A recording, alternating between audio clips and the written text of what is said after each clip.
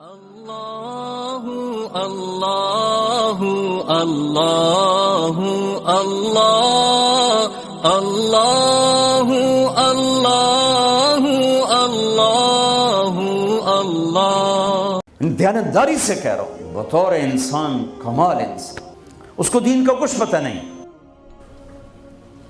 ہے۔ نبی والے اخلاق لاؤ، تھوڑے سے باتوں سے دعوت پھیل جائے گی۔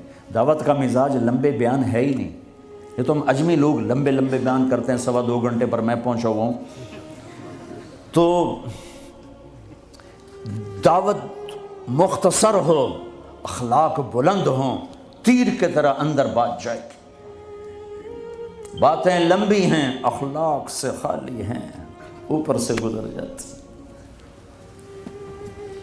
لوگوں کو محبت دو، پتہ نہیں کیا کیا ہیرے بکھرے پڑے۔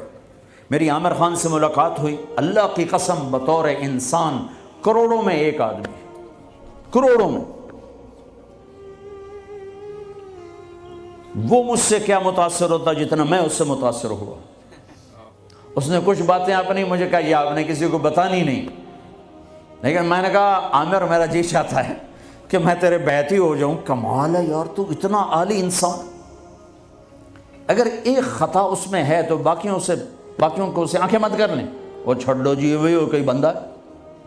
وہ کیا پتا بندہ کسی اور نیکی سے اللہ سے معافی لے چکا ہو۔ نور جہاں مری 27 رمضان شب قدر، جو رمضان میں مرے بخشا گیا، کہ رمضان میں مرو تو حساب کتاب کوئی نہیں، تو رمضان گزرنے کے بعد اللہ بنیت ہے کوئی نہیں، پیچھے کاپیاں پھاتے بہ جب لے آپ اگلا کھاتا تھے پچھلا کھاتا برابر کرا۔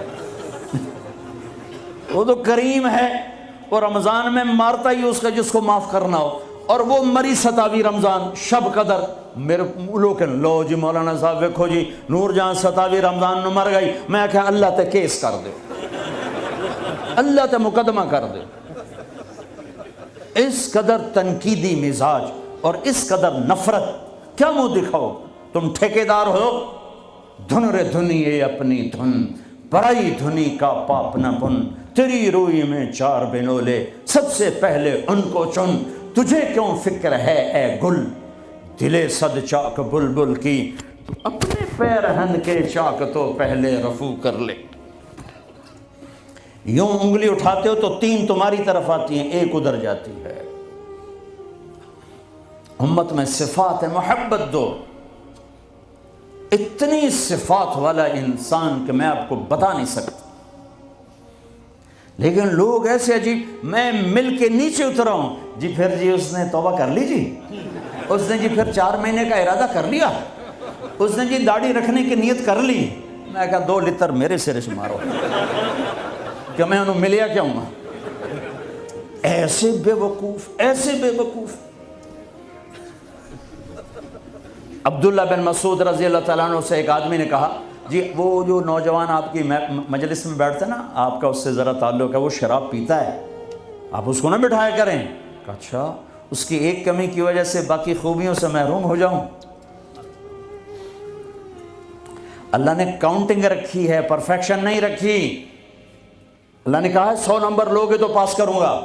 اللہ نے کہا نیکیاں زیادہ ہوں گی، گناہ تھوڑے ہوں گے، پاس کر دوں گا۔ میرے اپنے علاقے کا واقعہ، ایک زمیندار تھے بڑے، گالیاں بھی بہت دیتے تھے، ذکر بھی بہت کرتے تھے۔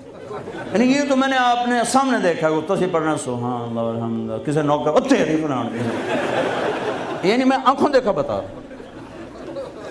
اس کا پھر دوبارہ دروشی پڑھنا، پھر وہ فوت ہو گئے۔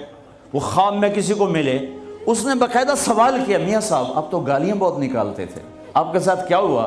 کہا اللہ نے میرا ذکر اور گالیاں تولی، میرا ذکر بڑھ گیا، بخشش ہو گیا۔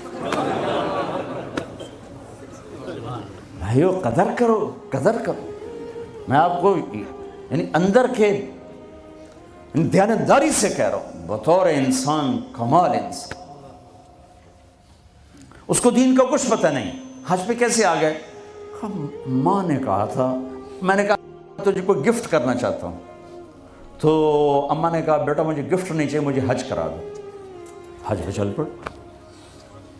8 عورتیں خدمت کے لیے ماں کی، 4 عورتیں ماں کی خدمت کے لیے، اور 8 نوکر ساتھ، پورے حج میں ماں کی ویل چیئر خود چلائی، کسی کو ہاتھ نہیں لگانے تھی۔